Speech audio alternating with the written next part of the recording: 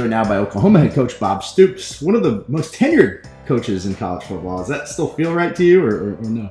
I guess I don't really pay much attention to it. Fair enough. From the time that you took over at Oklahoma, it seems like it's gotten a little bit different with some of your colleagues. It seems like these new coaches don't really get a leash. Why do you think that's kind of changed, and why do you think these guys are getting it seems like a quick trigger for these athletic directors sometimes.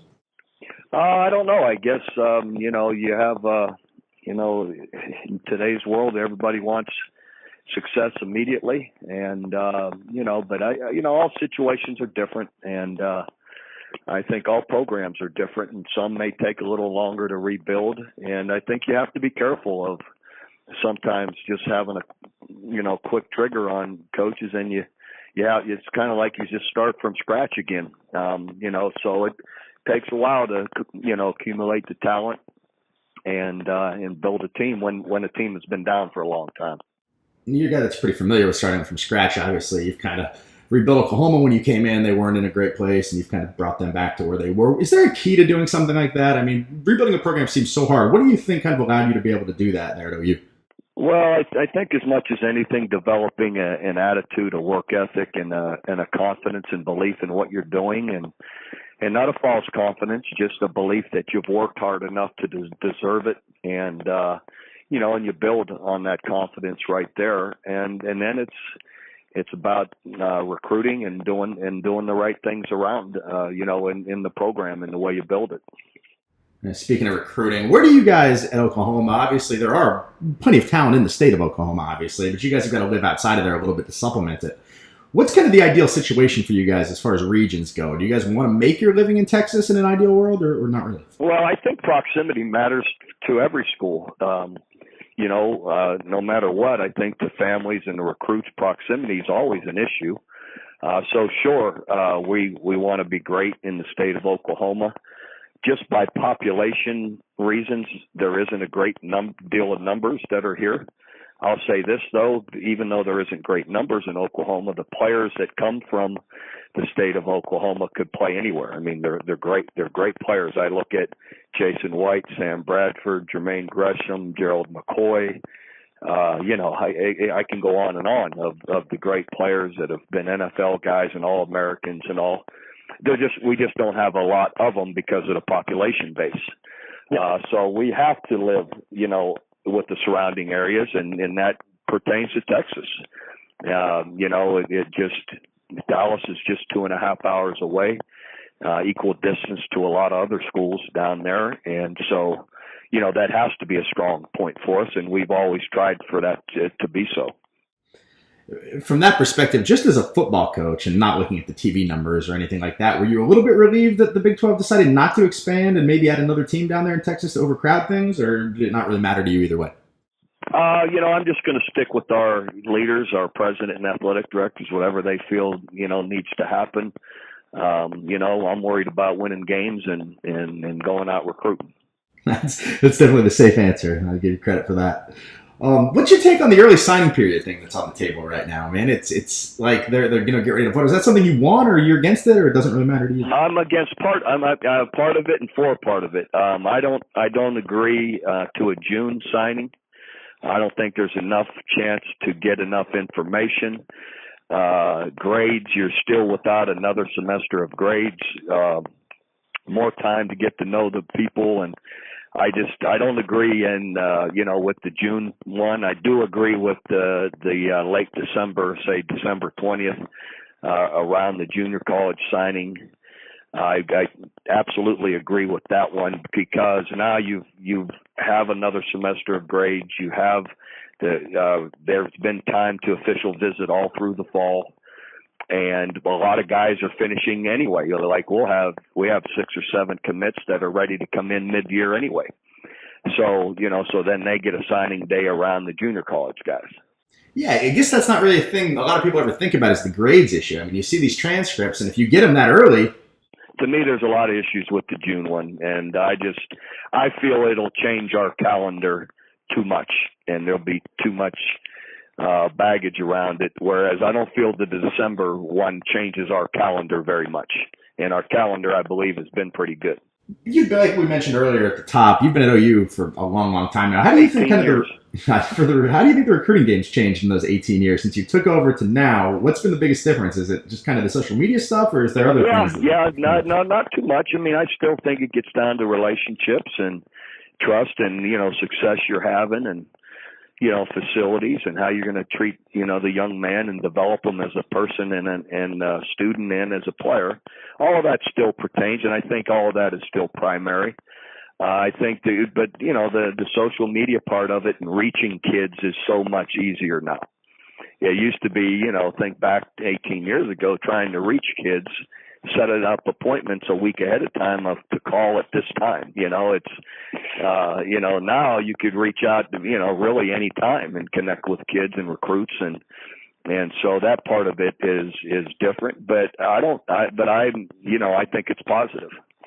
It hasn't made your job harder anymore, to having to stay on them constantly. Well, yes, but recruiting's always been hard. Meaning, selling your program and what it's also not good if you're not able to reach guys. That makes it hard. So no, I feel the way it is now, though it's a little more time. It's almost easier. So if they came to Bob Stoops, I wouldn't say it's ever easy, but I don't feel it's any harder, I guess, is what I should say. So if they came to Bob Stoops and nobody else had any say in it, and they said you can change one piece of recruiting legislation, anything you want, what would you get changed? I would have a signing date for whoever wanted to, December 20th. Oh, okay. So you feel strongly about that then. You get your background, obviously. I was on the K-State beat for forever before I took this job, so I'm pretty familiar with Coach Snyder. You worked for him.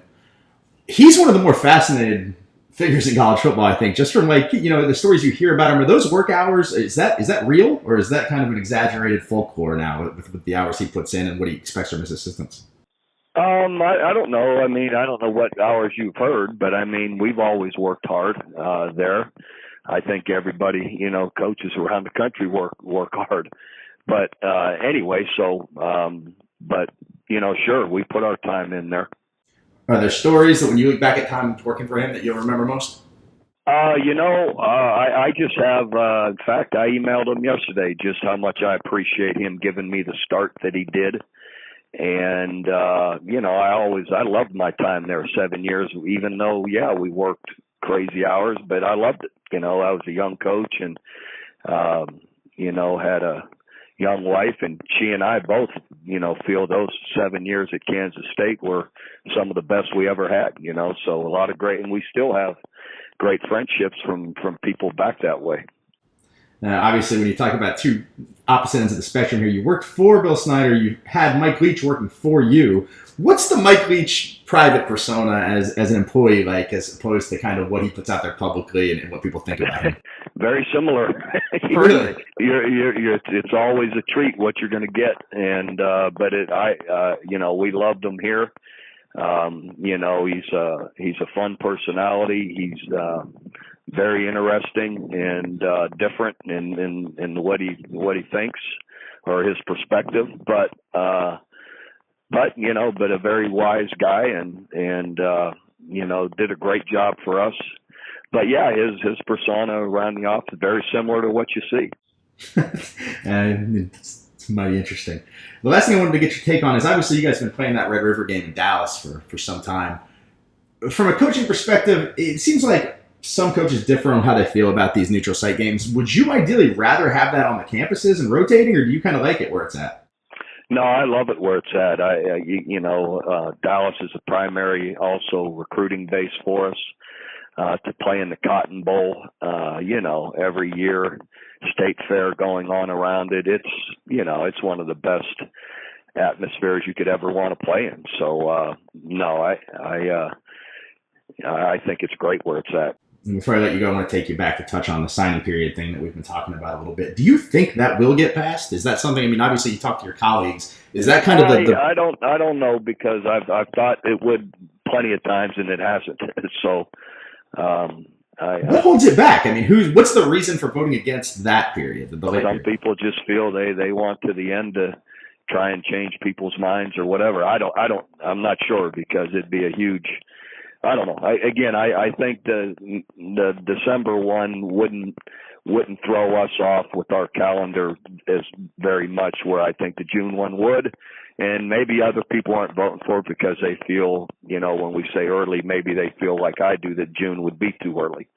But you would like to think most people come around to the December one. It's just a month and a half. It's really just a month and a half ahead of what we are going to do, the February one. The pushback, at least the outsiders like us, what it looks like is that there are certain coaches on certain, bigger blue blood programs that want their time to flip guys the day before signing day and stuff like that. So it doesn't really put the evaluation envelope so heavily on them. The bottom line is if a guy doesn't want to sign, he doesn't have to. Yeah. So there.